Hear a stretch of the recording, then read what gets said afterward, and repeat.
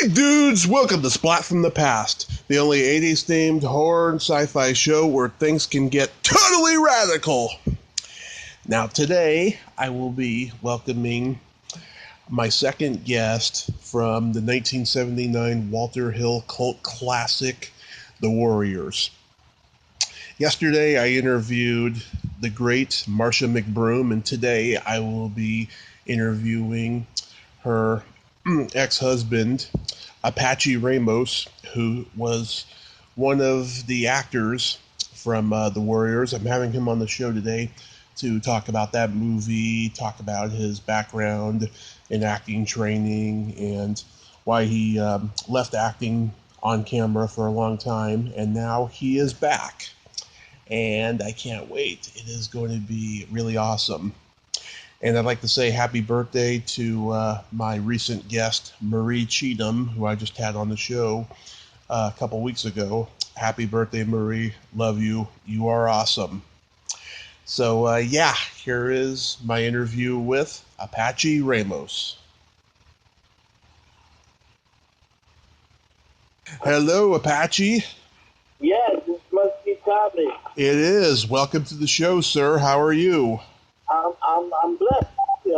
I'm surprised you called the orphans. You know, we're usually not invited. Thank you. Well, it's such a great honor. Thank you for taking the time today. Well, yeah, I mean, I'm really blessed right now that my 4-year-old granddaughter Santana, named after Carlos, is napping. So it worked out perfect. Yeah, I'm born and raised in the Bay Area. I'm a huge Santana fan. Oh yeah, I did. In fact, I did my apprenticeship in Napa Valley back in the Napa Valley Theater Company in Yorkville, California. But I went through the Bay Area, and that's where I got a live pedal tattoo. I thought I was going to Hollywood, but the bus kept going up up north. But I love the Bay Area. In fact, I love their Warriors. Yeah. With the memes, you know, the movie is such a part of pop culture. Mm-hmm. It was so good to see them doing lines from the movie. You know, those memes and stuff. You know, Yeah. Warrior is about to play. LeBron is doing the glass thing. You know, it's so funny. Yeah. Well, going back in time, before the Warriors came about, did you gravitate toward acting early on in your childhood? Oh, no, I really didn't see a place in my first year in college, but that's when I started getting serious about it. But, you know, I used to, you know, put toilet paper on my soldiers and pretend they had cakes and make little scenes and stuff like that. I guess that's from there, right? Yeah. So the toilet paper would be the cape, and you put it on a little soap, and you have your little talks, you know. Yeah. I guess it starts from there. And when I got to college, then I started, you know, because I was always writing poetry and stuff. You know, there's different times. Things were happening pretty much what's happening today, back in the 60s. And I would do a lot of writing, and that took me places. So when I got to college, I had this great professor. He's still around, Black Schrock, and that was the only course, theater course they had. And was playwriting, so I took it. He was a fisherman from Maine. I went to Hampshire College up in Amherst, Massachusetts. Nice. He was a fisherman from Maine. Shout out to Hampshire. I'm the class of 72. But you have to write stuff, and he'd come back in a month. And I liked my stuff, and I started mounting it, and it started from there, and that's how I wound up in Napa Valley, and doing Seven Stock Theater. And I thought I was going to star. And I spent all that money in New York partying, and when I got there, I could turn back, and they gave me a broom. They gave you a broom. They gave me a broom, and I was an apprentice, so it really changed my attitude. But I remember being in San Francisco, get that Loud Teller. I don't know if you know who Loud Teller is, but I remember I was reading Rolling Stone, and he had just did Janis Joplin and stuff like that. I think it was 1970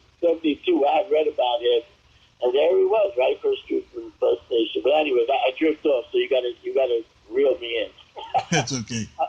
I'm 66 now, so I got a lot of stories. My mom's 66 also. All right. Yeah. That's 53. You're born and raised in New York. Yes, I was born in Brooklyn, raised in the Bronx, and that's why my blood type is B positive. It's one of my lines I use when I do signing stuff like that, which is so amazing. I mean, it's so much fun. I don't do as many as the Warriors do, because they're the stars. But when we get together and do these signings, people want everybody that's involved in the movie on their posters. And when I first got called, it was Mercy actually. Debbie Van Valkenburg pulled me up and said, Apache, we're going to be at the Chiller Theater in Jersey. You want to come on up and sign autographs? Because orphans, they don't want their orphans. We're the Rodney Dangerfields of the movie games, Yeah. I did that. I went up there and I was doing people were just so glad to get my autograph and be part of it. I mean, when we made this in 1978, it was the year after the Summer of Hell in New York City. New York City, we had just 77 was the blackout, and it ruined my neighborhood, and it was a horrible time, and we had to stop them, and that was very, very scary with the Bronx and Queens. You had this maniac running around. It was very bleak. Then you had those elections, and Koch was running on he beat Mario, Andrew's father, Bella Abzug, on that pro-death penalty. New York was very grim back then. Mm-hmm. And my daughter looked at these old videos of New York back in the day. It's like, Dad, how did you survive that? But to me, I had good times, Yeah. I was young, but it was very tense in the air those times. I think it comes across a little bit in the movie. I think that's one of the reasons why, besides the great Walter Hill. And also the way he filmed it, and the concept. Because Paramount Pictures, really didn't promote it that much because they had burning, and they had some looting and some violence associated with the film. Yeah. And today's standards is so mild. I mean, you look at the Warriors now; it's like a comic book, basically. I think, but back then it was scary. We had protests against the film, and I think it was the best promotion they could do because Paramount took out the promotions, and they told the movie theater people they didn't have to show it. And look at this. November, we celebrated 40 months. Mm-hmm. 40 years of the Warriors, and I always get a kick out of the people who come dressed up as the characters. Some even come as the orphans. Yeah. And who doesn't love the Fury? You know what I mean? Yeah. Or the baseball clowns, On paper, when you look at it, you got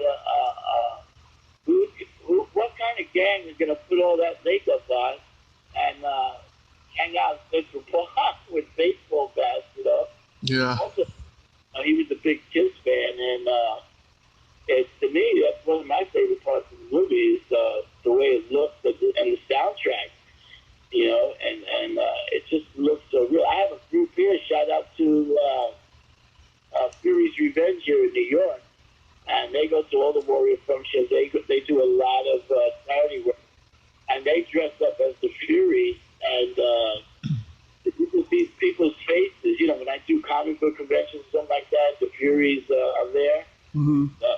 Fury's Revenge, smile on people's faces, and then here comes Halloween, and you'll see a Fury here and there. You'll see the Warrior vest by the great Bobby Mannix, that she designed the costumes. I mean, it was brilliant. I mean, it's she should get a special Oscar because how many people dress at cosplay as the Warriors? Yeah. A lot of people do. Yeah. So how did you get cast in the Warriors? That's always one of my favorite stories because, as I remember it. Remember, this was 1978. You know, Yeah. it was peace, love, and narcotics back in the day. That's what we were trying to do, but it was really crazy. But anyway, I was doing after I graduated from college. I had my own theater group while I was in college called Local Theater. But then when I came to New York, I had nothing. And back to New York, I had nothing. And so I really was more into writing the plays and stuff like that. But I had to act in my plays because I couldn't get nobody to act in them because I was nobody. And so my children acted them, and then I would have to on it. But then I had a friend, rest in peace, Gray Williams. He was Tree Williams, and he was very nice, and he turned me on to some people, and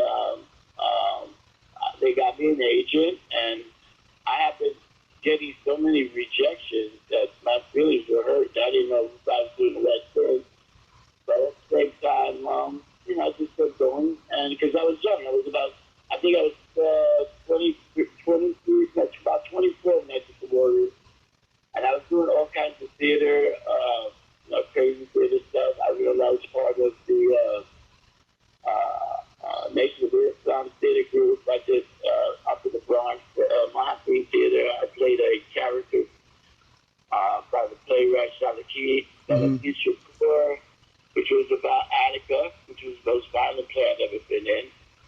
In college, I got to work with some really good people too, but so then that happened, and then I had an agent, and he sent me for about 6 different things. I didn't get nothing, and then the Warriors was out, auditions for the Warriors, and it was a great thing for New York City actors because so many people, whether you was an extra or not, I always loved people playing it, and especially good for minority actors. And anyways, I got sent the back pictures. I didn't care at that point. I had a big attitude.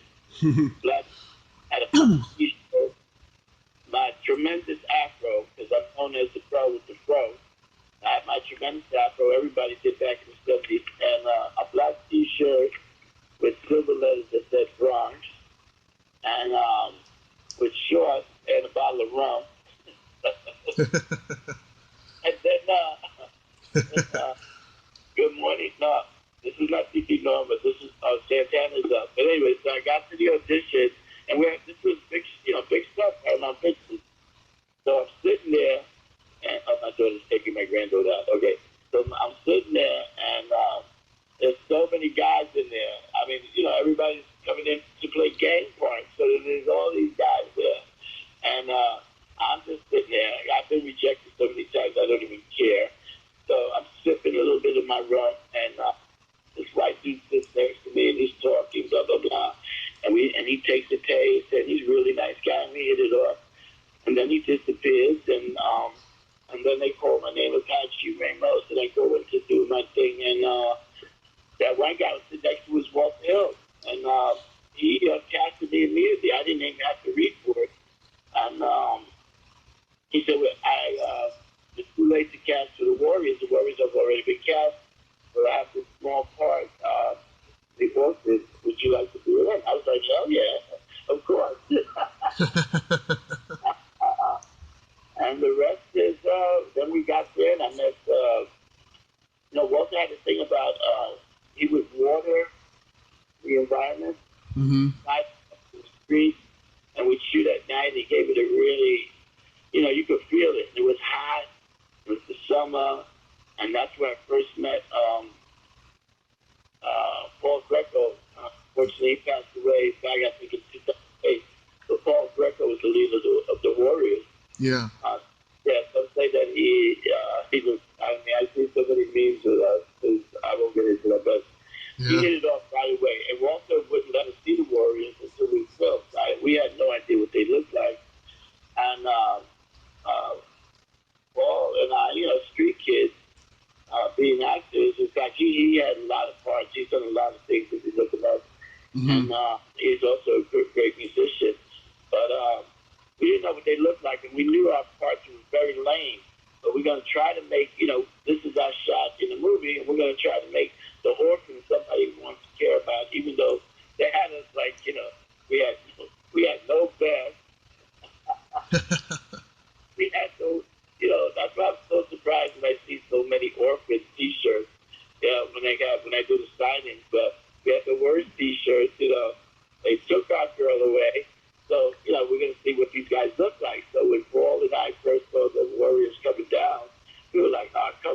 we did not think they looked tough at all. And me, growing up in the Bronx, and I knew real gang members, I'm from the Bronx. I thought it was funny. Yeah, I really didn't, take them seriously. They did not look tough to me, Yeah. But, so Paul and I think we did a good job. And Mercy, W. Van Valkenburg, I mean, she's just a wonderful lady. She's as sweet as people just love her to death, but she's a sweetheart. In fact, Michael Beck is one of the nicest guys you'll ever meet. I spent some time with him. Really, really great. I mean, we get together, we get along great. It's a wonderful thing. Now that we're getting older, I mean, about 41st year, we're getting a little long in the tooth. But, my famous line was today I still think was an improv line because we were waiting for the car to blow up. When Michael Beck, Swan, throws the Molotov cocktail at me, and so rude. I told him, Michael, that was so rude. He always cracks up when I tell him that. But we got to take the windshield out,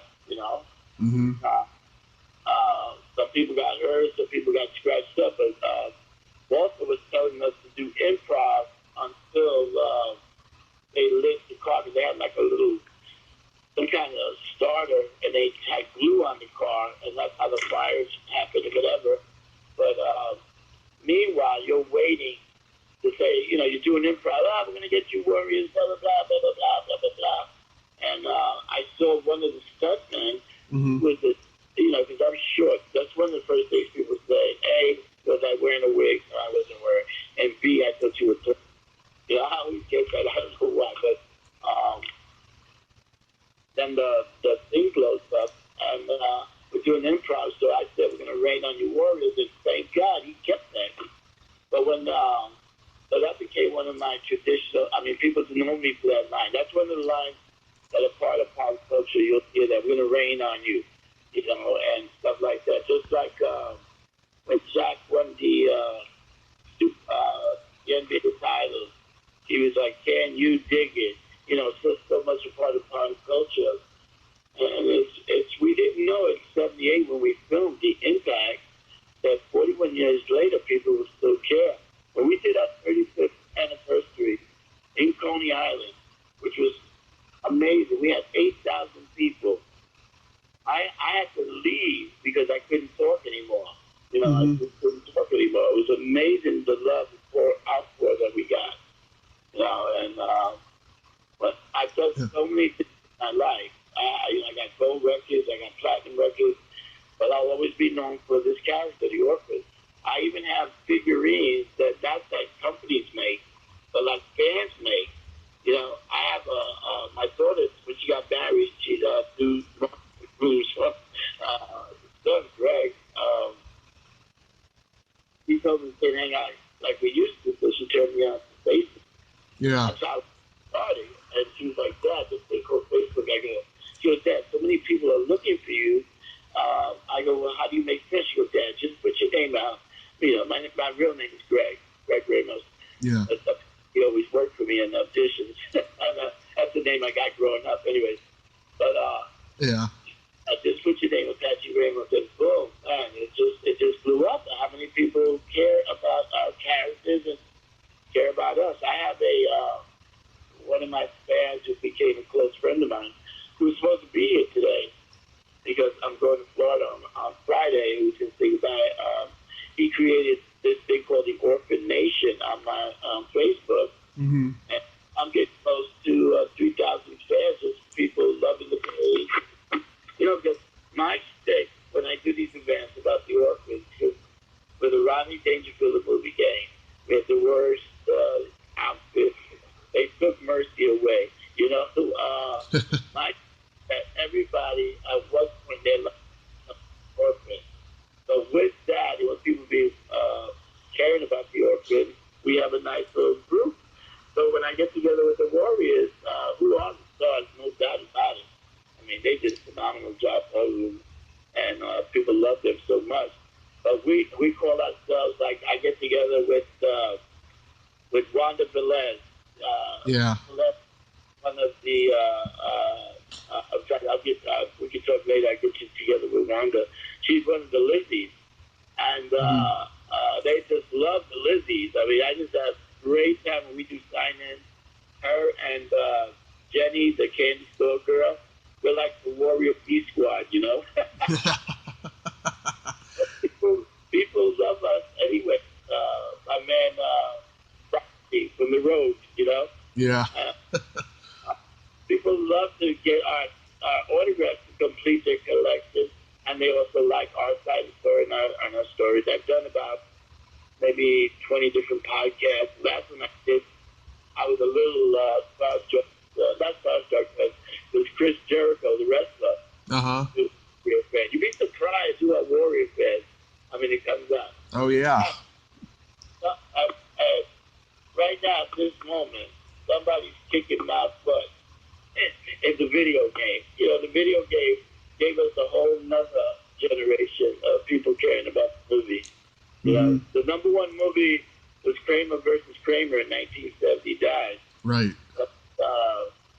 The Warriors, I mean, this thing was on. And then comic books, you know, I've seen myself in comic books, and it's like being part of a New York Yankee championship team or a Super Bowl team, you know. It's past. It's been emotional. My daughter, growing up, has gotten my dad's in the Warriors, and forget about it. Things open up. Let me tell you something. It helped me a lot with her dating, you know, because they were like, they thought I was a real gang member. Yeah. A lot of people don't realize, too, you know, Walter Hill, he was coming off of Hard Times and The Driver, and this was the first time he worked with Larry Gordon and Jules Silver, and this set a precedent for 48 Hours, Streets of Fire, Brewster's Millions, all the great movies they ended up doing after this. Yeah, and you see, my late great buddy Orphan, Paul is in a couple of those movies, and my man, I can't think of his name right now. I'm old right now, but the one that played Dexter's father, everybody loves him. Oh, God. Oh, I'll look his name up. The one with the baseball, oh, God. It's terrible. I hate it. I'll look it up. Everybody loves him. He was in a couple of Walter Hill films, too. He's the little Oh, James Remar. I hate that. James Remar. Yeah, James Remar, exactly. Oh, my God. He's such a nice guy, James Remar. Yeah. I mean, really, the whole cast is nice. The only one you don't see is Cowboy. Yeah. Cowboy. And I just, a video came out, The Warriors. I wrote it down because I knew I would talk about it. It's called The Time Warp. Mm-hmm. What's it called? Oh, here it is. The Greatest Cult Films of All Time, Volume 1 tonight. We're in there. So The Warriors is in there, and we have interviews with Michael Beck, yours truly. I was so surprised at Victor Norton, but actually Marsha hooked that up because she's in one of the volumes because of the Valley of the Clouds, Beyond the Valley of the Clouds. I mean, she's phenomenal. And David Patrick Kelly, and he tells you about how he got warm with the bottles. Yeah. So many times people are doing that. You know, I'm a retired social worker. You know, because you don't quit your day job in New York City. Yeah. And, you don't quit your day job. And, you know, before that, I was in the record business for many years. I was an A&R director at Street Records. We had a lot of years. I worked with Eartha Kitt and a group. In fact, I celebrated one of my birthdays. I'm a Christmas Eve baby with Eartha Kitt, which was surprising because she walked into the office. We had put out one of the 12 business. But, you know, back in the days of the 80s when independent record labels ruled, we had a guy named Maurice. My roommate in college was a guy named Arthur Baker. He's still my bro. He's a really famous producer now. And he had a record label called Streetwise. And they found a group with Maurice Starr. You might have heard of him, New Edition. And that just blew up, you know, the Candy Girl thing. So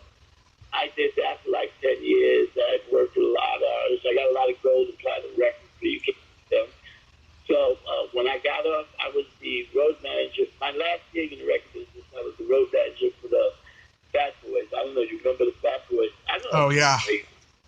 The Fat Boys, right? The rap was funny.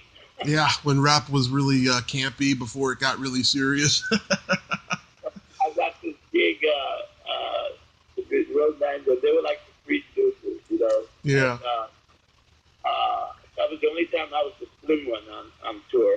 And we did 50 cities in 25 days. And when I got on tour, I had to do something. I had a daughter, you know, I had a child, I had a wife, and you know, I had to do something different because I couldn't be away from home. My wife at the time said, I'm not raising this kid by myself, so I had to do something. I realized I had a degree from you know, college days. So when I was in the record business, I started losing friends in the record business. And back then they called it grid, gay-related music efficiency. Mm-hmm. And so when I started working as a social worker in my city, New York City, I volunteered for the AIDS unit in 1990. And in 1990, people were deathly afraid of the virus. Because I had been already losing friends, I wasn't scared of it. So I spent the next 10 years, from 1990 to 1999. So picture this. One moment, I'm in a limousine with the Fat Boys, right? Yeah. The next moment, I'm stuck in the elevator in the project trying to help somebody make a home visit to a person who has full-blown AIDS. Mm-hmm. That's pretty much like I retired. After almost 30 years, I did other things in social services. You can only do that for so long, and thank God things got better because that was just a tough time for a lot of death. But anyways, then after that, I'm loving retirement, and when I get to do these things, they're fun. When I get to talk to you, Tommy, this is fun. Yeah. You know? Well, I got the plenty more to ask about the Warriors. Ask me because I can go on. Reel me in, bro. Yeah, I got another interview at noon, so I got to get this There you go. Hey. When the movie came out, you know, there was a lot of riots going on in movie theaters and stuff. Did you see any of that? Not at all. Most of that stuff to me was on the West Coast. But remember, Mm-hmm. it's pretty much a flame in those time anyways, you know. So, you know, to me, I grew up around a lot of violence, so I didn't even know about the reputation of the Warriors back then. Because after I did my part, that was it. I wasn't, of course, we weren't even invited to the after party, whatever. Yeah. You know, I was moving on to other things after that. But then, as it started getting popular, then I started realizing that, you know, to me, it got big around when they started really getting, you know, big time about it was around the 90s. And that's when I noticed the big thing about the Warriors starting getting bigger in the new generation. I think the video games definitely helped big time. Yeah. I talked to Thomas Waits last year, and he told me he actually saw some of it. He saw the riots happen. He says it was scary. And riots he saw in the West Coast? He actually saw it happen in New York. Really? Yeah.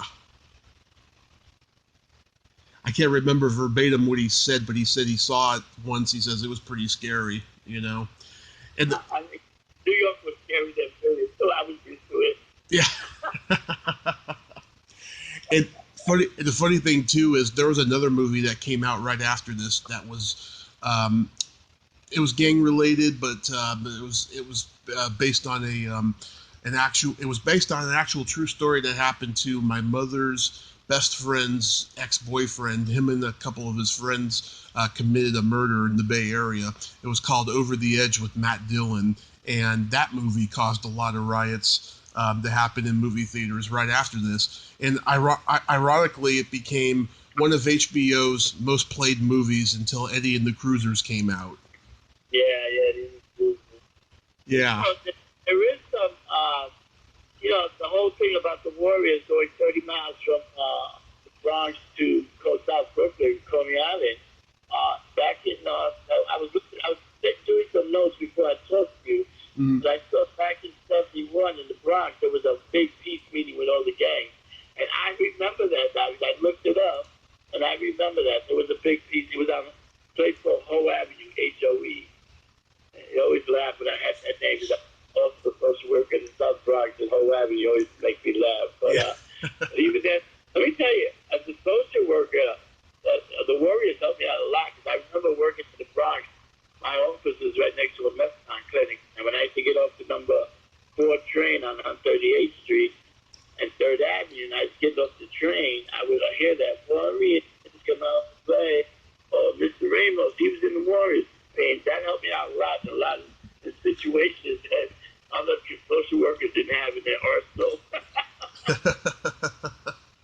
You know, because I was in the Warriors, my picture was in my 8x10 was in the neighborhood barber shop, in the pizza shop. So it really helped me out because they knew, because I was from there too, and I was also the social worker there to help you with your issues. Your food stamps, Medicaid, and all that. But see, reel me in, bro, because I know you got another appointment. But Yeah, so working with the cast overall was great. All the time. Working with them after the movie was great, and seeing them again is always great. I mean, hanging out with Mercy. You know, right before, I was supposed to do a sign-in in October, but unfortunately, some heart disease. I had to get a stent put in, so I couldn't make it. Oh, I have a stent. Yeah. The second, you have a stent? Yeah. Yeah, I got 2 of them, but I had some bad repercussions. Oh. And I bled out. I don't want to share that. It was bad. So, about a month later, they had another 40th reunion in New York City. No, I made that one. Mercy wasn't there. But when I showed up to the one, it was called The Legend. And I got some kind of urban legend award. But when Dorsey Wright saw me, and Brian Tyler Snow and Cleon, when they saw me, and some of the other guys, they gave me such love.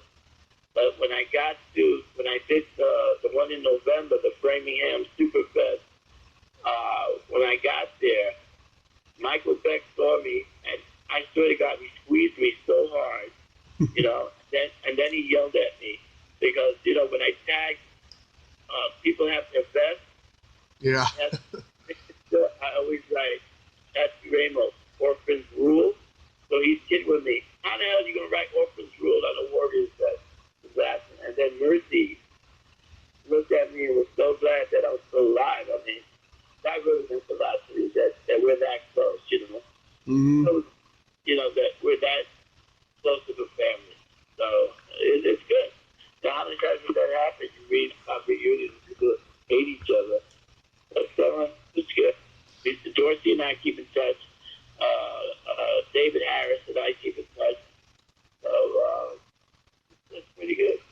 I've seen a couple movie reunions where the whole cast hated each other. It happens sometimes. I wish I could name it, but everybody out there can figure it out. Yeah. So, yeah, being a part of the Warriors is like having a Yankee championship ring. But it's been good. And like I said, I was 24 when we filmed, and I'm 66 now, and we're still talking about it. So how cool is that? Oh, it's great. Yeah. So after you did that movie, you mentioned the music and everything. Did you just not want to do on-camera acting? Well, because I was having so much fun. I mean, I was traveling and stuff like that with the bands. I mean, we had the hottest. I wasn't even thinking about acting. I was making money and paying the rent, buying diapers in the music business, you know. Yeah. I wasn't thinking about acting at all. However, since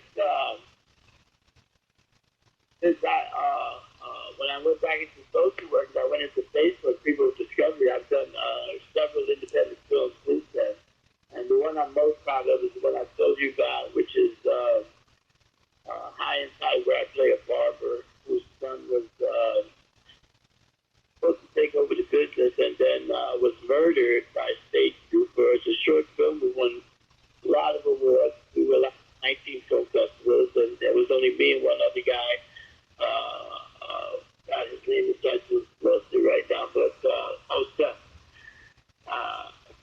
Yiddish theater, and there's two of us, and he plays the killer, and he comes into my barbershop, and he knows who I am, but I don't know who he is because he looks like Aqualung, because he's been hiding for 8 years, and I'm cutting his hair, and of course, as I'm cutting his hair, I finally realized that he's the man that killed my son and his wife, and you got to see the ending there, but we got to I'm proud of that, and I did a trilogy in New York with real New York City bikers. You know, there's a biker community here in New York City, and we played. It was a film called Vampires with vampires and bikers, and so that was from the hell of a cast. You know what's in this cast? Who? Do you remember the guy, the club killer? The club killer. Alex, he was the party guy. Michael Alex, he killed this drug dealer. He's in that film.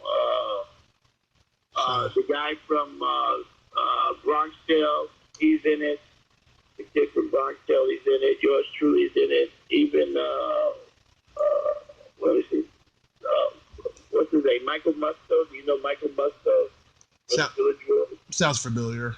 Yeah, he's a critic. He plays Hedda Hopper. It's really bizarre trilogy. Has an amazing cast. Even Ron Jeremy's in it. I have no scenes with him. I met Ron Jeremy once. Yeah. Oh yeah.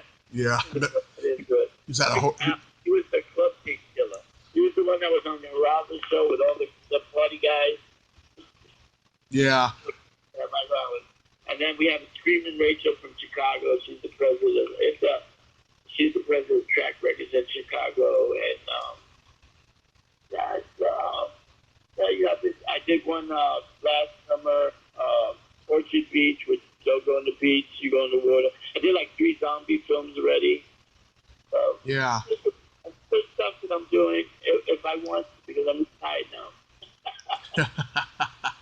Do you enjoy making movies more now? Oh, absolutely. I enjoy the attention. Always let me put my clothes up. No, it's a lot of fun. No, it's a lot of fun because I get to work with young people, young directors, and like Eric Rivas, he's won several awards at the Coney Island Film Festival. Oh, the Coney Island Film Festival. They always play the Warriors at midnight at the festival. And that's always a blast when you go to, because, everybody knows. It's like the Rocky Horror show of gang movies. Yeah. Because everybody knows every line. Yeah. Dressed as different people. And it's so much fun. Nice. Being part of the cast and you go to Coney Island, they treat you really good. Yeah. even as orphans. But yeah, I enjoy working with young people. They always want to know about the Warriors. They always want to know about it. It's like, I see people like young people like Jennifer, like, you was in the Warriors. I mean, my daughter has gotten free drinks at clubs, at entered clubs, because her father was in the Warriors. Just like amazing. I have these figurines that I have a UK orphans in the United Kingdom. There's orphans in Australia. Mm-hmm. They send me the pictures, and I have so much. People give me stuff. I do signings, and the first thing I do is I say, how old were you when you saw the Warriors? And they always tell me a story like, I saw it with my dad. My dad never spent a lot of time with me, and one day he took me to see the Warriors, or it touches something in people that's magical, and to be part of that is a wonderful thing, because you can see it in their eyes. I asked them, when was the first time you see the Warrior? I'm going to strip off and tell me, Yeah. And if somebody wants my autograph, come on, The only people that wanted my autograph in social services was like Gibb Carpenter. Yeah. Well, that's about good, because I was 2,000. But, yeah, it's a wonderful thing. Especially the 35th anniversary of Coney Island, when there was 8,000 people there in bands and stuff. That was, and people always want me to do, I'm going to rain on you Warriors. And then before we go, Tommy, I just want to make you an honorary orphan. I don't know if you want, but from now on, you Thank you so much. I appreciate that, Apache. I was curious, how did you meet Marcia? Marsha, well, man, she's so beautiful to see. What an Yes, she is. incredible work Marsha is. Well, my daughter, Jazz Ray Ramos, is is an opera singer, and she's a teacher. And my right hand, especially when I used to do all these things, met a guy named Gregory Landis, and my name is Gregory, so that is weird right there. And they met each other, and he happens to be Marsha's son, her second son, and they met each other, fell in love, and now I have two wonderful, they're married. He hadn't put a ring on it, you know what I mean? Yeah. They're married almost 10 years now, and Marsha and I, and her husband, Louis Smalls, who is a hell of a musician. That's the guy you need to interview too. He has a discography that you would believe. He used to play with, what's his name?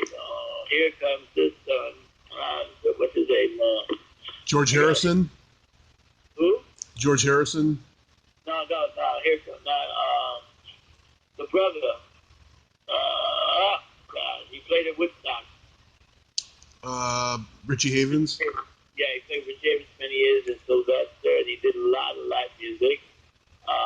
And we're grandparents, and we share Hendrix, named after Jimmy, of course, and Santana, named after Carlos Santana, which I think is part of my influence, because when I went to college, my first roommate, he was a Jethro Tull fan, and I was a Santana. I first saw Santana, the room is cut down. I first saw Santana in 1968 at Fillmore East, and that changed my life too. So I've been following him for years. That's the soundtrack in my head. Yeah, that's how they met. And then I met Marsha. I met her the day they got married, and I couldn't believe it. And it was a funny story, though, that when Greg was going out with my daughter's apartment, he went to my daughter's apartment, and she had a picture of Marsha in Beyond the Valley of the Dolls. And Greg said, "That's my mother." Is that weird? I thought you and her were married at a certain point. I misunderstood. We were married. I would be so lucky. No. Okay, disregard what I said in the intro. No. Greg's father. She was married to Greg's father, who was a freedom rider. Mm-hmm. That's what he was, a freedom rider back in the '60s. And his name was Ira Landis, and he was a true hero, an amazing man. And he's the one that was married to Marsha McBroom. So, no, my daughter married her son, and we're just a big, loving family. They got Dad, Greg, they have two cult figures as grandkids. And they're really going to realize as they get older.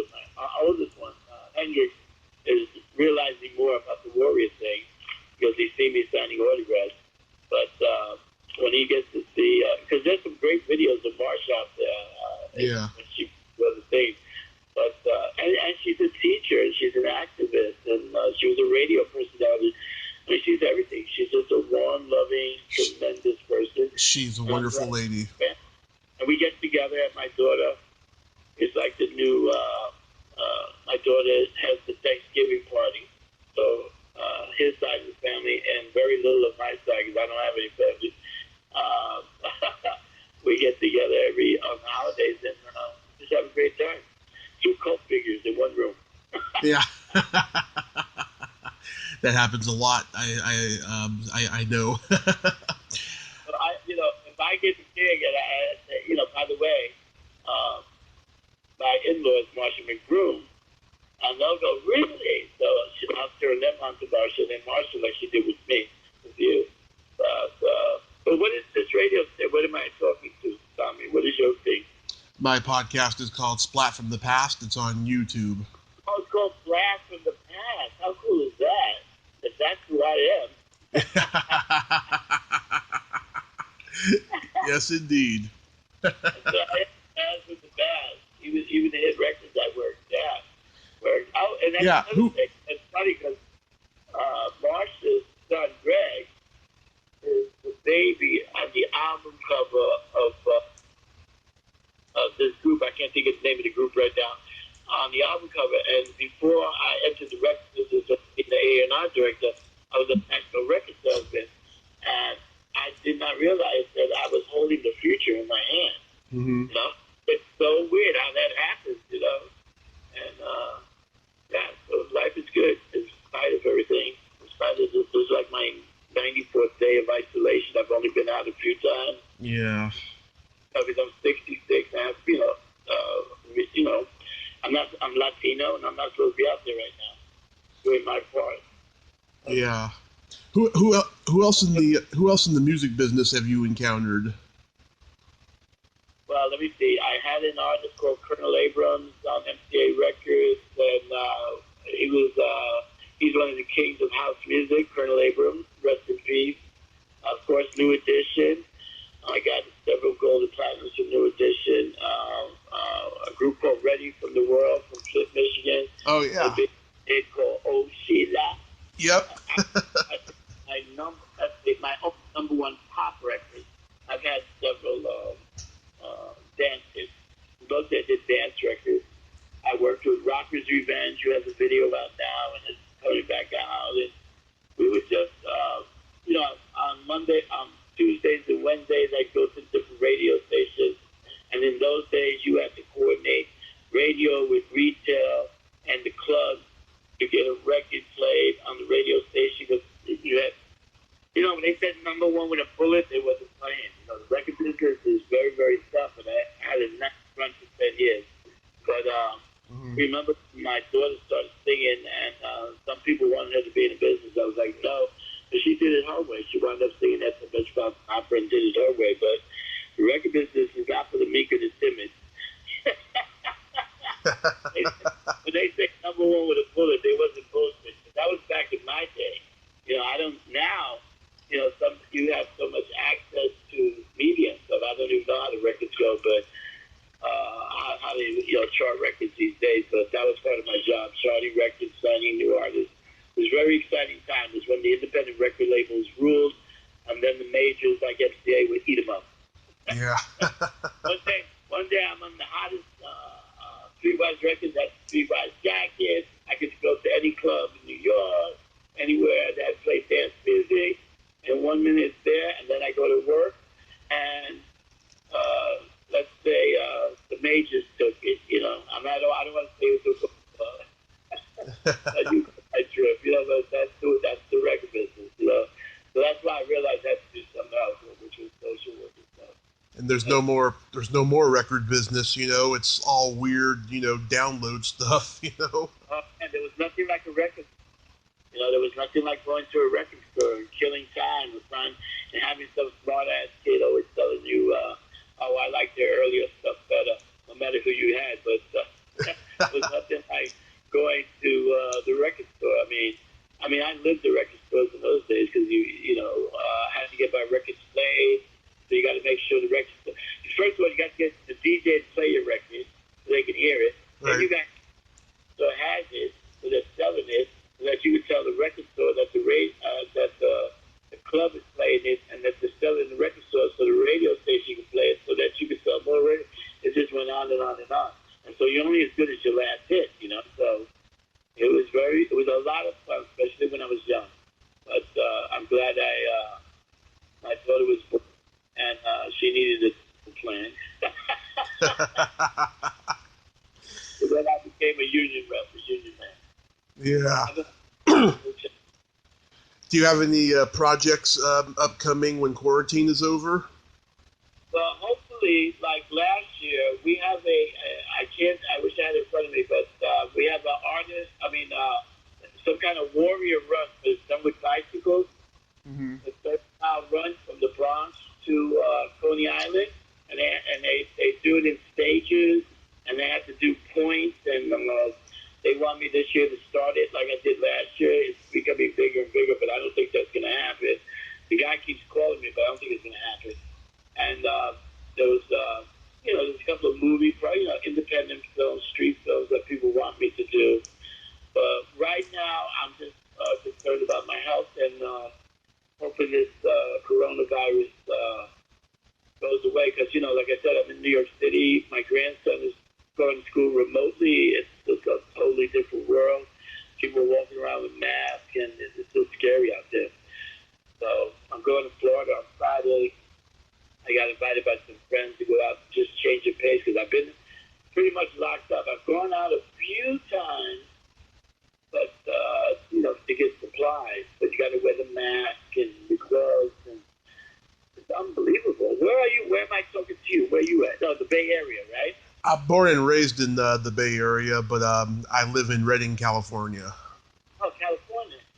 Yeah. My only time there was in Napa, and then Los Angeles for the Black Radio conventions and stuff I used to go to out there. It's, a lot of things happening, but New York, we got hit really hard. We got hit very, very hard with the same thing. We got the JFK, and everybody pretty much goes through JFK. So yeah, it's insane.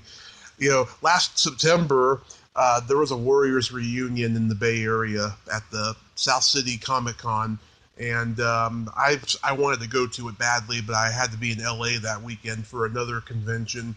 And then in May, Michael Beck and I believe Deborah Van Valkenburg, they were going to be signing autographs at the Hollywood show, and that was the same weekend as the other horror con I go to every year. It was the first time that ever happened, and I was so looking forward to it, and then all this happened.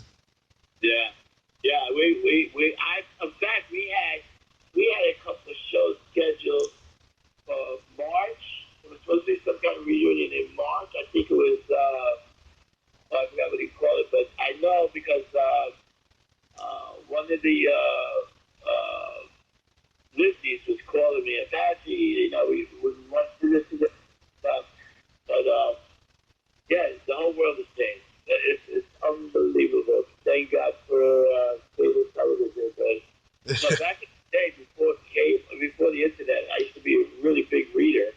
But now I can't even read a whole book now because my attention span. It's like on YouTube, boom, I can see anything I want. Everything is so fast now. Thank God I got hip young, I got Greg and Dad. They keep me up to date with what's happening because this, like you could give somebody a check and they could just take a picture of it and deposit in the account. My daughter says that it blows my mind. I'm like a caveman, Yeah. Caveman. Time is passing me by, and the only time it's really equal now is when I do these these conventions and stuff, and everybody wants to talk about the old days. So it's a fast and crazy world for my grandchildren. Yeah. Well, hopefully our paths will cross someday, and I hope these conventions don't stay virtual. Oh my God, I've been seeing, clips of it on Facebook, and I'm like, this is insane. This is not how a convention should be. You need human contact. You need human contact. Are we going to shake hands ever again? Hugs ever going to come back? I mean, I would hate to be young and dating now. Yeah. It's fucking scary. And I was scared before because, I was 10 years with the Division of AIDS Services in New York City. Mm-hmm. That changed my attitude about a lot of things, because I'm from the 70s and, these sex, drugs, and rock and roll. But now it's even scarier. I think I'm going to do the elbow thing now. The elbow thing, the fist pump, yeah. I'm a hugger. I'm a natural hugger. I'm a social worker. I hug my AIDS clients. I hug them, and people were afraid of doing that, but you have to earn it. But this world now, everything. I mean, they're realizing you don't have to go and take the train and subway every day to go to work now. Yeah. A lot of got used to working from home, and I know a lot of people are saving money on child care and transportation, and now because you really can work from home, let's see what happens. But you still need client contact. You still need to hug people. How are you going to date now? Are there going to be a whole bunch of corona babies in 9 months? I don't know.